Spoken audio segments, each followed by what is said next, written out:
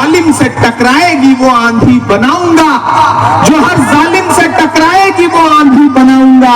नए अंग्रेज आए हैं, नया गांधी बनाऊंगा।